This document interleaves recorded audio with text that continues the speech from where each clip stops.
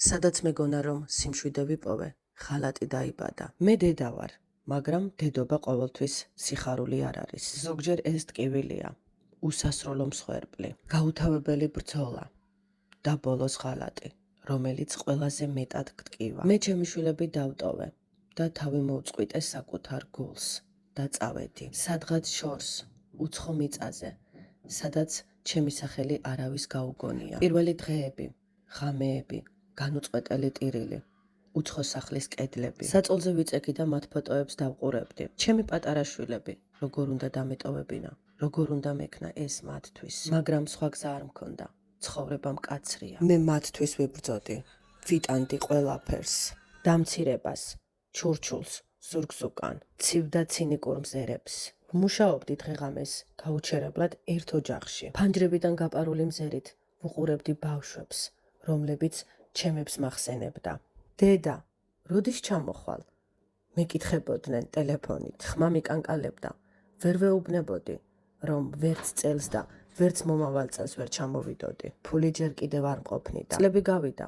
ჩემი ბავშვები გაიზარდნენ, მაგრამ მე მათი ბავშვობა გამოვტოვე. მე მხოლოდ ტელეფონის ეკრანზე ვხედავდი მათ ღიმილს, მათ პირველ წარმატებას, მათ შეცვლილ სახეებს.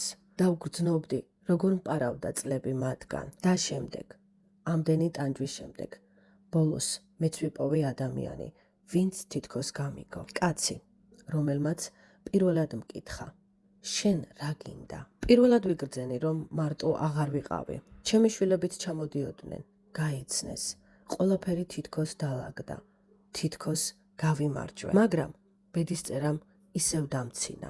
ჩემი შვილი დაოჯახდა, რძალი ჩამომიყვანა და გამაცნო. სულ რამდენიმე დღეში, იმავე სახლის კედლებში, სადაც მეგონა რომ სიმშვიდე ვიპოვე, ხალატი დაიბადა. მათი თვალები შეიცვალა. იმაზე გვიან შევამჩნიე, ვიდრე საჭირო იყო.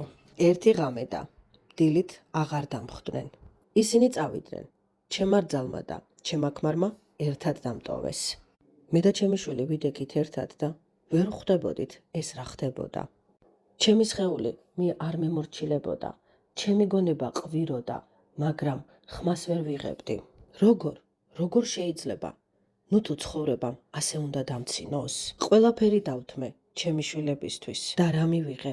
უარყოფა, მარტოობა, დამცირება. მე აღარაფერი მქონდა, გარდა იმისა, ისევ დედა ვიყავი. ისევ უნდა მეძლიერა, უნდა გავჩენილიყავი ისევ იმ ადამიანად, რომელიც სხვებს ამშვიდებდა. მაშინაც კი, როცა თვითონ უკვე აღარ შეეძლო. მაგრამ გულში ვიცი, რაღაც ჩემს შიგნით მოკვდა. ის პატარა იმედი, რომელიც ამდენი წელი მომქონდა, უბრალოდ ჩაქრა. მე ვარ ქალი, რომელიც ცხოვრებამ გატეხა.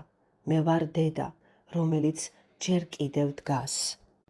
მაგრამ მე აღარ ვარ ის, ვინც ოდესღაც ვიყავი. და ახლა? რა იქნება ახლა? არ ვიცი, უბრალოდ არ ვიცი.